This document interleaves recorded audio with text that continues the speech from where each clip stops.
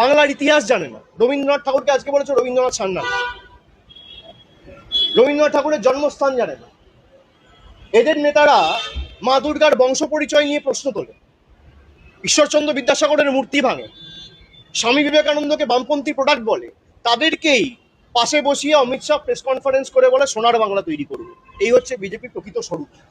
সুতরাং বিজেপি সম্পর্কে যত কম বলা যায় তত ভালো, গলা বিশ্রাম পাবে।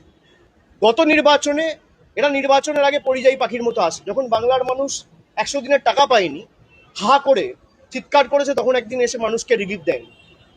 আজকে 2 মাস পর নির্বাচন, তাই হঠাৎ করে বাংলার কথা মনে পড়েছে।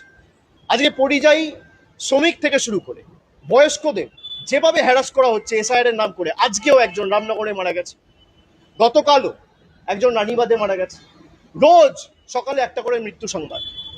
কটা বিজেপির নেতা সাংসদ গেছে এই মানুষগুলোর পাশে দাঁড়াতে?